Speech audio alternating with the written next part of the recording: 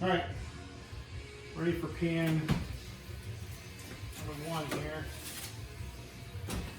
Go ahead and take this stuff out. And real simple.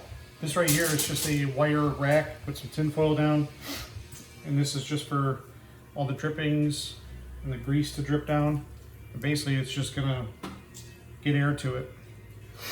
Don't put it on paper towel or paper plate or anything because the brown sugar will stick. It'll be a mess.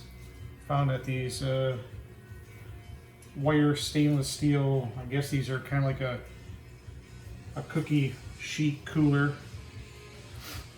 My wife uses for cookies. I use it for candied bacon. So you just lay this stuff out, and once you get it laid out, you're going to want to let it dry for maybe like an hour. It will cool down. It will kind of harden up a little bit with the candied effect.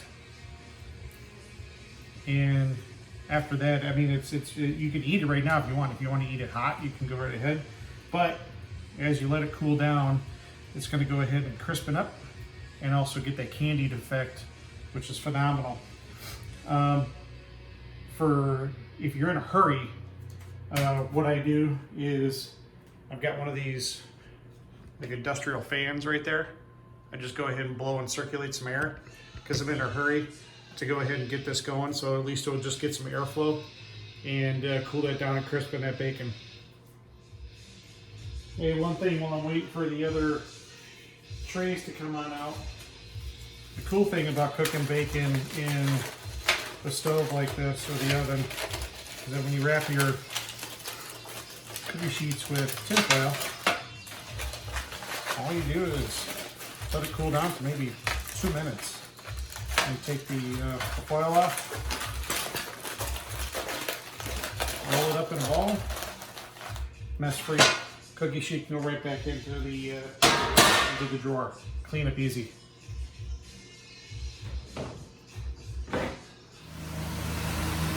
All right, so I got it drying on the rack. You can pile the bacon on top of each other, not a big deal. Like I said before, I got a fan going. Because I'm in kind of a little bit of a hurry. I got to go to a poker tournament tonight.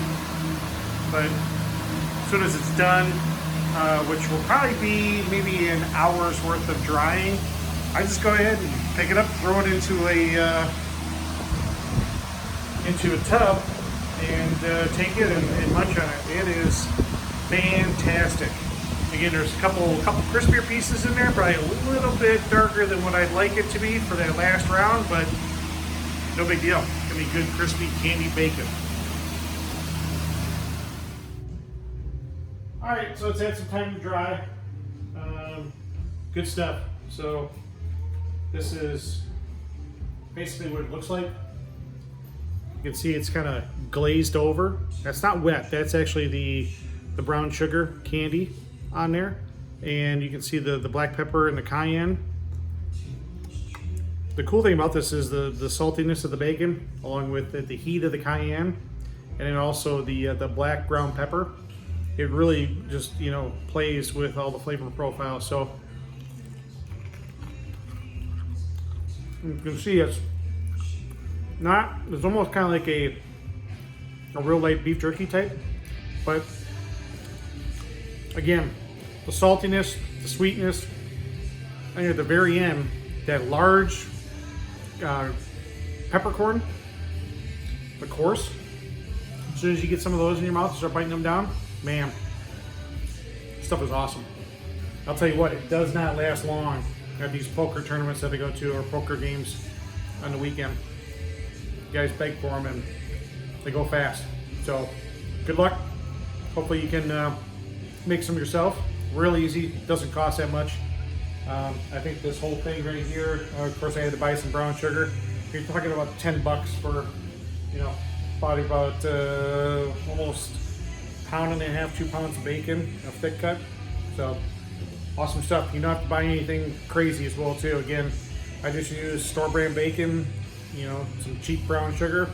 I already had the spices, and cooking the bacon in there probably about, I don't know, 20 something minutes, and then drying for about an hour. so it doesn't take that long. And again, you can eat it warm if you want to. Otherwise, I just dry it out and then eat it at room temperature. I have no idea if this stuff lasts, you know, sitting out on the counter. But it doesn't last that long. The guys eat it real quick and it's gone. So I would assume that if you wanted to save some, throw it in a refrigerator.